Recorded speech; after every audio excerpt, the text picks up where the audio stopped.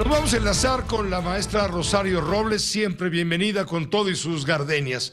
Y hoy queremos con ella comentar, ahí están tantitas gardenias, claro, algunas nada más, rápido porque el tiempo apremia. Hace apenas una semana, la Corte, Rosario, te saludamos, buenas noches. Buenas noches, Pepe. Hace apenas una semana la Corte Interamericana de los Derechos Humanos resolvió que México es responsable por violar la libertad personal y la presunción de inocencia por la aplicación del arraigo y la prisión preventiva, medidas que han llevado a la cárcel en nuestro país a miles de personas que o han sido inocentes o bien podrían haber llevado sus procesos en libertad en un sistema judicial en el papel que debería ser pro persona, es decir, que de un juez o una autoridad tenga que elegir qué norma aplicar un determinado caso, etcétera, etcétera. Hoy dice el secretario de Gobernación, Adán Augusto López, en gira por Tlaxcala, que es un despropósito de la Corte Interamericana de Derechos Humanos ordenar al Estado mexicano modificar la figura del arraigo. Tú le entiendes muy bien a esto porque tú lo has padecido, lo has sufrido en carne viva.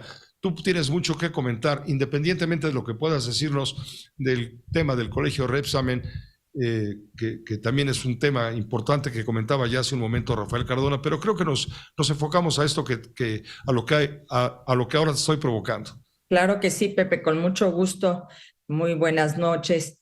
Pues en primer lugar, no es un despropósito. México está obligado porque forma parte, es Estado parte de la Corte Interamericana de Derechos Humanos y lo que nos está diciendo, en primer lugar, es que se tiene que eliminar la figura del arraigo.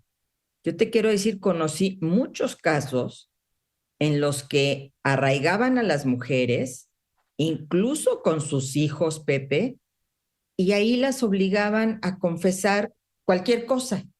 Es decir, incluso con tortura, las tenían arraigadas y y confesaban con ánimo de resolver el asunto, que no las llevaba más que a la cárcel. Muchas de ellas incluso ahora tienen el protocolo de Estambul que defiende sus derechos humanos y dicen que sus procesos tienen que revisarse nuevamente. Y en el caso de la prisión preventiva oficiosa, que tú sabes que es un debate que ha dado la Corte últimamente y que afortunadamente esta sentencia viene a ratificar la postura de en ese momento el ponente, el ministro Luis María Aguilar. Lo que está diciendo la Corte es que si bien juzgó un caso de hace muchos años, esos elementos siguen prevaleciendo en las leyes mexicanas e incluso se han recrudecido porque se han aumentado los delitos graves. Y entonces que no puede ser aplicada como automática. Yo creo que esto es algo muy importante. No porque haya un delito grave, en consecuencia tenga que haber una prisión preventiva automática, porque hay una presunción de inocencia y porque hay un nuevo sistema penal que te dice que tienes que aplicar el principio pro persona, es decir, un enfoque de derechos humanos que respete que a la persona que tienes ahí enfrente, en principio, es inocente. Un poco lo que el juez que está juzgando a García Luna en Estados Unidos todos los días lo dice a cada momento. Aquí tenemos a un presuntamente inocente. Yo juraría y diría, ojalá aquí lo hicieran en México.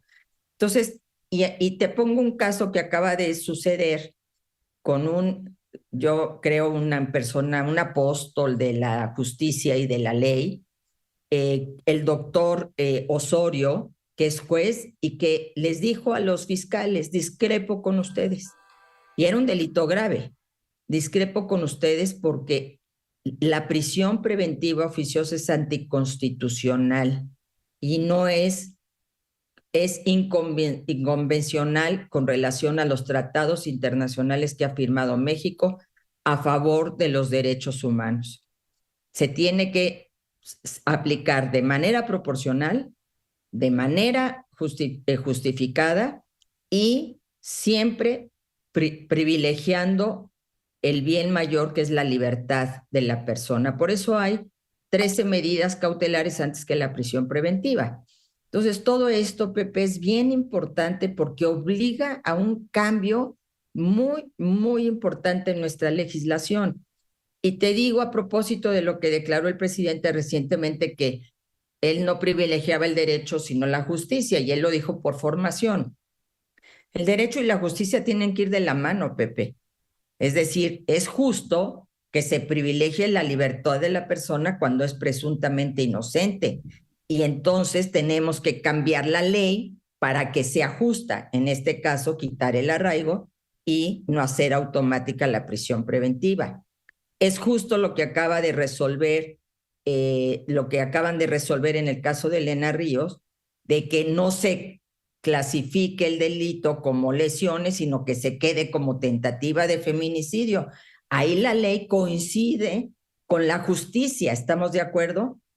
Y no me parece justo que, por un lado, simplemente haya disculpas y por otro lado, haya personas en la cárcel, una condenada a más de 200 años, lo que es verdaderamente ridículo, y la otra, que por ser dueña, esté condenada a 36 años de prisión. Entonces, ahí la ley no es justa, ahí no se aplica la justicia, porque la justicia es o que todos simplemente se disculpen y en consecuencia se vayan a una justicia restaurativa, o todos sean culpables, tanto quien administraba como quien estaba al frente del colegio Repsamen, Pepe.